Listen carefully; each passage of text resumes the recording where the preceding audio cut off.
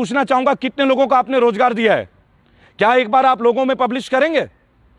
आप बातें करते हैं 370 की, कितने कश्मीरी युवाओं को आपने अब तक रोजगार दिया, इसके बारे में बात कीजिए। और आपका एक एजेंडा था नारी सुरक्षा, बेटी पढ़ाओ बेटी बचाओ। मैं आपसे एक बात पूछना चाहूंगा, क्या आपने नारी सशक्तिकरण के ऊपर काम किया है? भाइयों और बहनों, आप ये लगा लीजिए बीजेपी की जो एमपी हैं टोटल वो 303 हैं, और इसमें केवल 41 फीमेल एमपीज हैं बीजेपी के, 13.5%। आप नारी सशक्तिकरण की बात करते हैं और आपकी स्वयं की पार्टी में 13.5% सांसद हैं महिलाओं में। क्या ये उचित है? क्या आप ये हमारी नारी शक्ति के लिए सम्मान कर रहे हैं? अब एमएलएज की बात करें तो आप सोचिए 9% है, महिलाओं की बात कर रहा हूं मैं, और ये एडीआर की रिपोर्ट है। और सबसे मजे की बात, बीजेपी के जो नेताओं हैं इनमें 52 नेताओं के ऊपर सीरियस क्राइम है अगेंस्ट वुमेन। कुलदीप सेंगर जी तो एक छोटी सी मसला है। मेरे देश के प्यारे नागरिकों, आप इस बात को गौर से सुनिएगा, 52 लोगों के ऊपर सीरियस केसेस हैं बीजेपी के जो वर्तमान में एमएलए और एमपीज हैं वुमेन के अगेंस्ट, और हम नारी सशक्तिकरण की बातें करते हैं। चलिए कोई बात नहीं, अब बात करते हैं हमारे देश के एक और व्यवस्था के ऊपर, जो कि अर्थव्यवस्था। आज हमारी इकोनॉमी कहां जा रही है? आपके मैनिफेस्टो में इकोनॉमी नहीं था क्या? क्या बीजेपी के मैनिफेस्टो में इकोनॉमी नहीं थी? लोग कहते कि मैं कांग्रेस के ऊपर सवाल क्यों नहीं करता। बिल्कुल करता हूं, बिल्कुल करता हूं। आप मुझे एक बात बताएं, फिलहाल आप गवर्नेंस में हैं तो बातें तो आपसे ही करूंगा, प्रश्न तो आपसे ही पूछे जाएंगे। जज्बात आपसे, जज्बाती होकर हमने आपको वोट दिया था। मैं एक जज्बाती हूं और हर भारतीय जज्बाती होता है। हमने अपने परिवार के खिलाफ जाकर आपको वोट दिया, लगातार 2 बार वोट दिया। आपने लगातार हमारे विश्वास का हनन किया। आप मुझे एक बात बताएं, आपने कहा था नया दौर आएगा, अच्छे दिन आएंगे। आप मुझे अच्छे दिन के बारे में एक परिभाषा दे दें। कहां कहां अच्छे दिन है? जहां भी बीजेपी शासित प्रदेश है, क्या वहां क्राइम कम है? उत्तर प्रदेश नंबर 2 पोजीशन पे है। और आप क्या चाहते हैं? यहां तो आपकी सरकार है, केंद्र में भी आपकी सरकार है।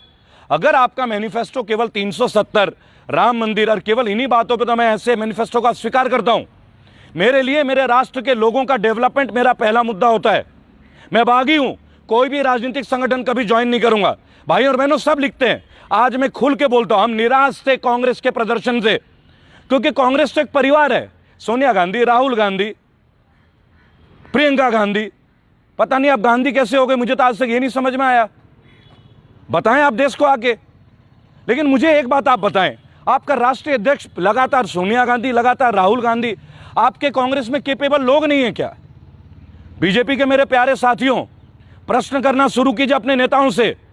और मैं आज आपको बीच ये आके बोलने वाला हूं, एक मुहिम छेड़ने वाला हूं।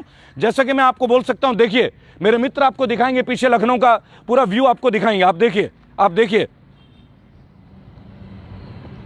जी। अफसर जरा मेरे यहां कन्वर्ट करेंगे। भाई और बहनों, आज जिस मुद्दे को लेकर मैं आ रहा हूं कि मेरी बात सुनिए कि मैं किस तरह से अपने संगठन को आपको समर्पित करूंगा। 1300 आरटीआई मेरे तैयार हैं देश के विभिन्न एमएलए और एमपी के खिलाफ। आज से बिगुल बज रहा है, आज से बिगुल शुरू है। 1300 आरटीआई, जिन जिन एमएलए ने काम किया नहीं किया उसके पर्चे 1 महीने के अंदर पब्लिक करूंगा। माननीय योगीनाथ जी, आपने कई लोगों के पोस्टर छपवाए मुरादाबाद में, लखनऊ में, सुप्रीम कोर्ट ने इसका खंडन किया।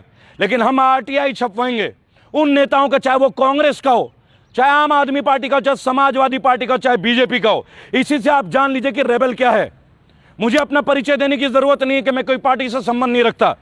इन आरटीआई के माध्यम से मेरे जितने भी करोड़ों साथी, आज 8 करोड़ से ज्यादा लोग मेरे संगठन में जुड़ चुके हैं। मेरे प्यारे देशवासियों, मैं आपके माध्यम से बोलना चाहूंगा, यह आरटीआई 1 महीने से 1.5 महीने के अंदर मुझे प्राप्त होंगे। हर गली, हर सड़क में आपके क्षेत्र में आऊंगा। आज से शुरू है, घर नहीं बैठता, मैं घर नहीं बैठता। इसी आरटीआई को लेकर मैं आपके क्षेत्र में आऊंगा। जो विधायक काम नहीं करता, उस विधायक के सारे पर्चे खोलूंगा। और होमगार्ड यूनियन, जिनको आपने, आंगनवाड़ी, आशा वर्कर, हमारी महिलाएं, हमारी वीरांगनाएं, जिनके ऊपर आप गौर नहीं करते, आपने पैरामिलिट्री फोर्सेस के पेंशन खत्म कर दिए। माननीय मोदी जी और योगी जी, आपसे एक सवाल है मेरा।